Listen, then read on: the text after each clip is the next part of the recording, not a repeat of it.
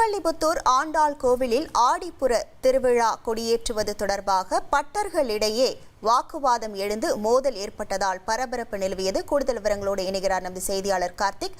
வணக்கம் கார்த்திக், இந்த சம்பவம் தொடர்பான முழு விவரங்கள். வணக்கம். அதாவது ஸ்ரீவில்லிபுத்தூர் ஆண்டாள் கோயில் பிரதிஷ்டி பெற்ற ஆடிப்புற தேரோட்ட திருவிழா இன்று கொடியேற்றத்துடன் துவங்கியது. அப்போது ராஜா பட்டர் பூஜைகள் செய்தார். பரத்வாஜ் பட்டர் கொடியேற்றினார். கொடியேற்றிய பின் கொடிமரத்தில் கற்பப்பை பூல் கட்டுவதற்காக பத்ரி நாராயண பட்டர் கொடிமரத்தின் மீது ஏறினார். அப்போது சாதியம் ரமேஷ் மகன் பிரசன்னா கொடிமரத்தில் ஏறியதற்கு பட்டர் எதிர்ப்பு தெரிவித்ததால் வாக்குவாதம் ஏற்பட்டது. இதனால் பட்டாட்சியர்கள் மற்றும் பரிசாரர்கள் இடையே வாக்குவாதம் ஏற்பட்டு மோதலாக மாறும் சூழல் உருவாக்கப்பட்டது. பட்டாட்சியர்கள் தான் அலங்காரம் மற்றும் பூஜைகள் செய்ய வேண்டும், பரிசாரர்கள் பூஜைக்கு தேவையான உதவிகள் தான் செய்ய வேண்டும் என பட்டர்கள் கூறினார்.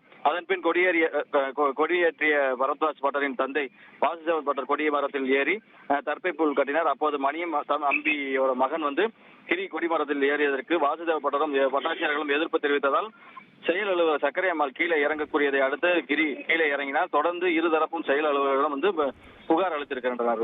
உங்கள் விவரங்களுக்கு நன்றி.